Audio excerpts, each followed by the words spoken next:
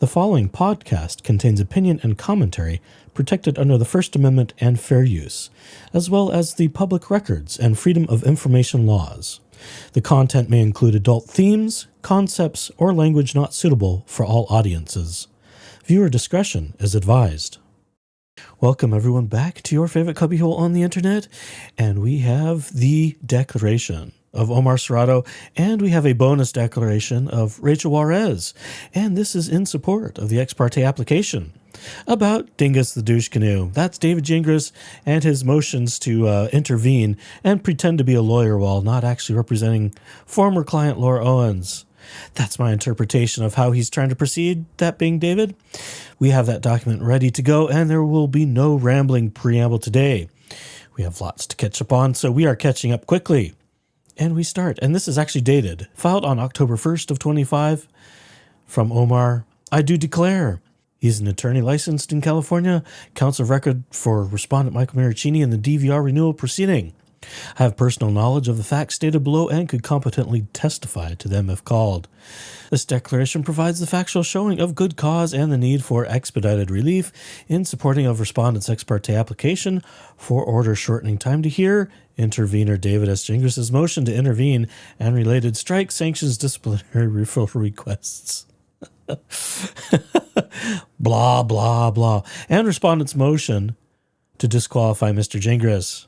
These motions are ready to be heard without additional briefing, and the disqualification motion is not expected to be opposed. Respondent's opposition to David Gingras' motions are included in this filing. The underlying case is petitioner Laura Owens' application to renew a DVRO first issued in 2018, renewed in 2020 through July 10 of 25, and now sought to be made permanent. Respondent requested, and the court set a multi-day evidentiary hearing. Attorney David S. Gingras is a precipient witness to disputed facts central to the renewal, including the June 10, 24 Arizona courthouse incident. By his own descriptions, he contacted law enforcement about respondent on that date. Respondent contends that this conduct was improper and a bar investigation is pending. These circumstances raise Rule 3.7 and Rule 1.7 conflict concerns that directly threaten the integrity of the evidentiary hearing if unresolved. September 12, 2025 intervener filings and collateral disputes.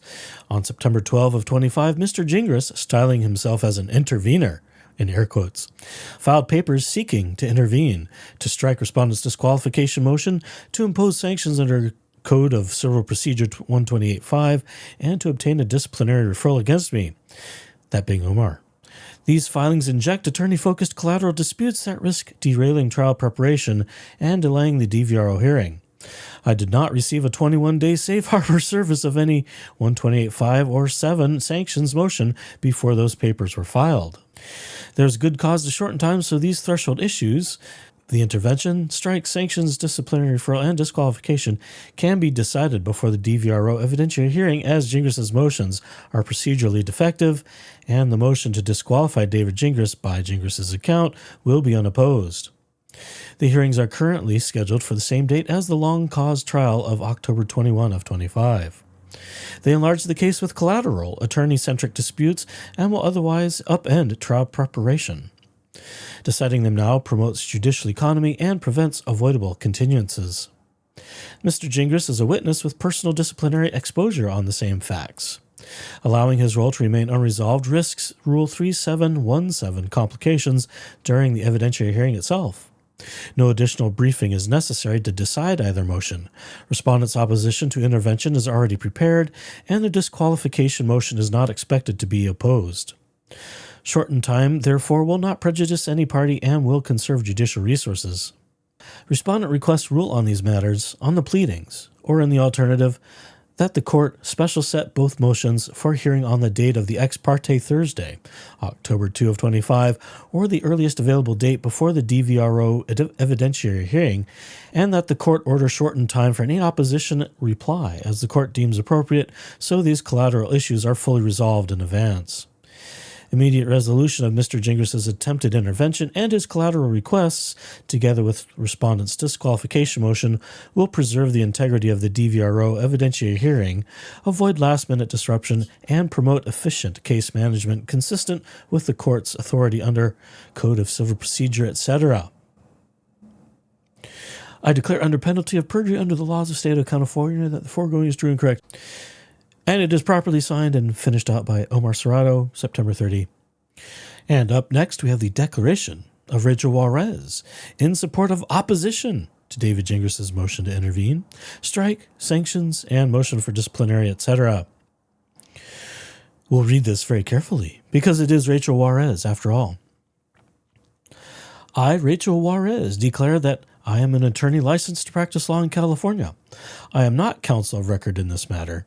In August 2025, I consulted with Respondent's Counsel Omar Serrato on attorney ethics and case management issues related to his representation of Mike Marraccini in connection with Petitioner Laura Owens' DVRO renewal.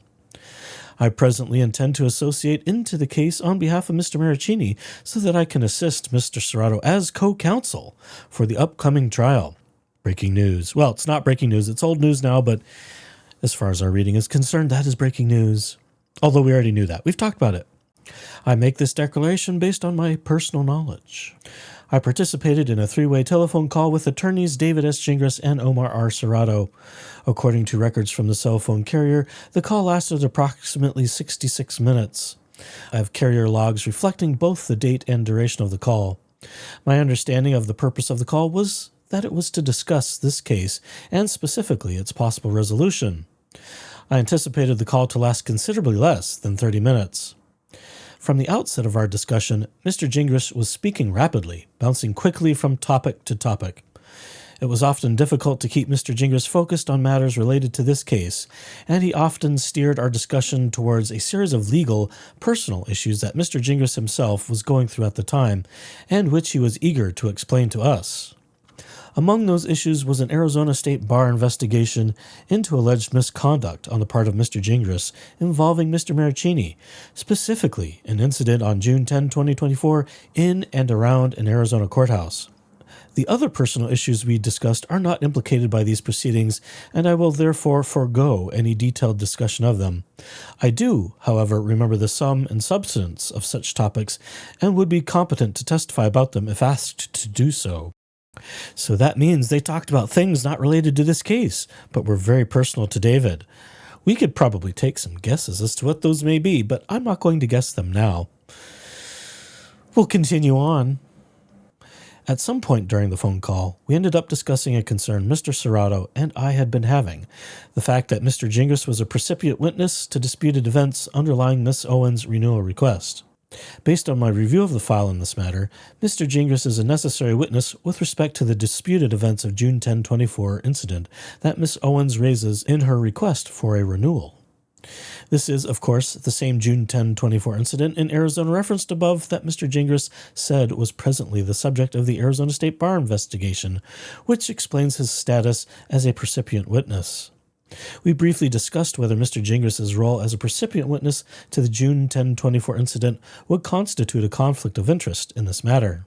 As the conversation continued, Mr. Gingras became increasingly distracted and was bouncing from topic to topic, resulting in a discussion that was moving rapidly between this case and Mr. Gingras' personal issues, one of which, as explained above, is the Arizona State Bar investigation into Mr. Gingras that involves Mr. Marraccini. Every few minutes, Mr. Serrato or I gently attempted to bring the discussion back to a potential resolution of this matter that would not require the parties to go to a contested hearing. As is typical in settlement discussions, Mr. Serrato and I explained to Mr. Gingras, both generally and specifically, why we did not believe a live testimony hearing would benefit either party in this matter. Specifically, we discussed why we did not believe a trial would benefit Miss Owens. At some point during our discussion of the disadvantages to the parties of going to trial, Mr. Gingras interjected that it would, in fact, be to his personal benefit for this matter to reach a point where Mr. Marraccini would provide testimony in this case, as opposed to this matter reaching conclusion without Mr. Marraccini or Miss Owens providing live testimony. Mr. Gingras, who was speaking very quickly and in a somewhat disjointed manner, went on to explain that he believed it would be helpful to his defense of the pending Arizona State Bar matter for this renewal request to proceed at least up to the point where Mr. Marraccini would provide testimony. Mr. Gingras said specifically that he believed Mr. Marraccini's testimony would be favorable for him in connection with the Arizona State Bar matter, and that, accordingly, he had an interest in procuring such testimony in these specific proceedings. To the best of my recollection, Mr. Serrato and I both interjected at that point, in fact interrupting each other, as we each attempted to point out that Mr. Gingras' personal interest in how this matter is resolved is a potential conflict of interest. I specifically recall believing and saying that this situation constituted the definition of a conflict of interest. Mr. Gingras immediately and forcefully disagreed that a conflict existed. He stated in substance that there was no conflict of interest because his interests were the same as and aligned with Miss Owens' interests. He insisted many times that his conduct had been lawful and appropriate. My understanding at the same time of the call was that Mr. Gingras was counsel of record for Miss Owens in this matter.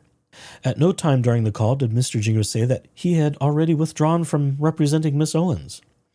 Mr. Gingras also did not definitively say he would withdraw. As explained above, Mr. Gingras was not easy to understand during portions of the phone call.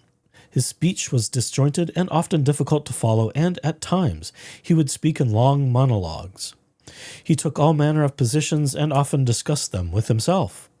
However, the one thing Mr. Gingras steadfastly maintained was that he had no conflict of interest in this matter and that he had not acted inappropriately or unethically.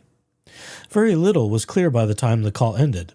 However, I left the call convinced that a motion to disqualify was absolutely necessary given the enormity of the conflict of interest at play and Mr. Gingras' absolute denial that any conflict of interest existed.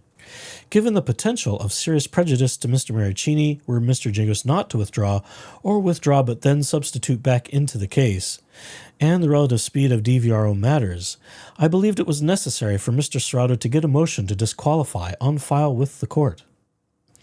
Though it often delved into personal topics, the call was professional on all sides. At no point did I or Mr. Serrato threaten, coerce, or attempt to intimidate Mr. Gingras in any way. The discussion as it related to this matter focused on potential resolutions of this matter, case management, and avoiding collateral disputes. After the call, I learned that Mr. Serrato sought written confirmation of Mr. Gingras' status as counsel in this matter, and that Mr. Gingras later indicated in writing he did not intend to continue representing Miss Owens. If helpful, I can authenticate the follow-up emails as Exhibit RJ2.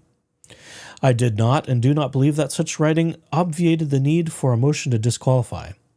Indeed, due to the erratic nature of the prior conversation with Mr. Gingras' steadfast insistence that there was no conflict of interest in this matter, my review of public documents, including the pleadings and communications between Mr. Gingras and opposing counsel in other cases, and the nature of my own past experiences with Mr. Gingras, I believe it would have left Mr. Marraccini at risk for his counsel to forego obtaining a ruling that Mr. Gingras' personal interest in this case, as it relates to the ongoing Arizona State Bar investigation into his conduct, constitutes a conflict of interest in his representation of Miss Owens in this matter, and it is signed under the penalty of perjury, etc., by Rachel Juarez on September 30th.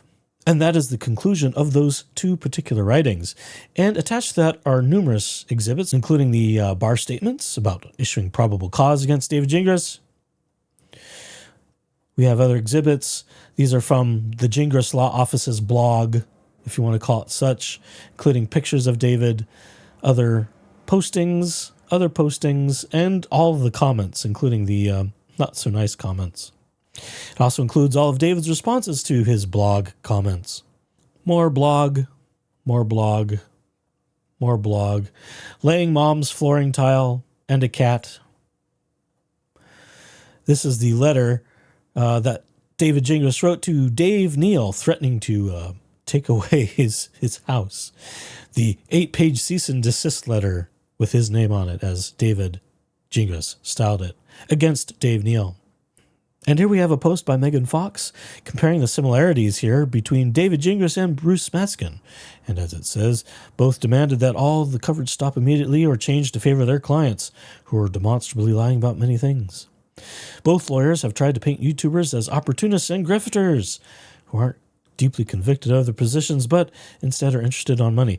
David accused me of that in his latest supposed filing, wherein he also mentioned Laura Knighty and Loud Little Ducky and accused them of making false representations in favor of, quote, our friend Omar Serrato, and making false postings for the sake of generating YouTube content for money. And again, as many of you know, I'm an unmonetized channel still to this day, and perhaps for quite a while longer. You have to have a substantial following even to try to monetize.